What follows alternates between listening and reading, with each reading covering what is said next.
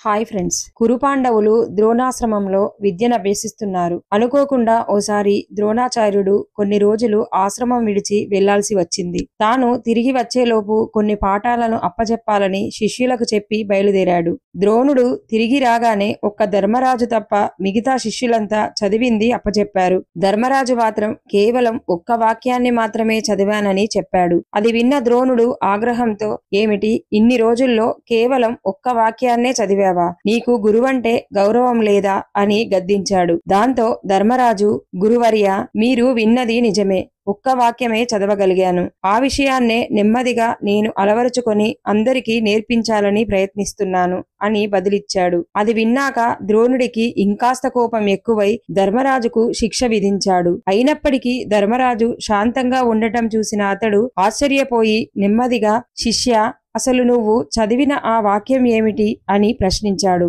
దాంతో ధర్మరాజు ఆ పుస్తకం తీసుకొచ్చి ఎలాంటి పరిస్థితుల్లోనైనా కోపం తెచ్చుకోకూడదు అన్న వాక్యం చూపించాడు. అది చూసిన ద్రోణుడికి జరిగిన పొరపాటు అర్థమైంది. శిష్య, ఈ రోజు నాకు ఒక పెద్ద పాఠం తెలియజెప్పావు. ఎంత చదివామన్నది ముఖ్యం కాదు, ఏం నేర్చుకున్నామన్నదే ప్రధానం అంటూ ధర్మరాజును మెచ్చుకున్నాడు.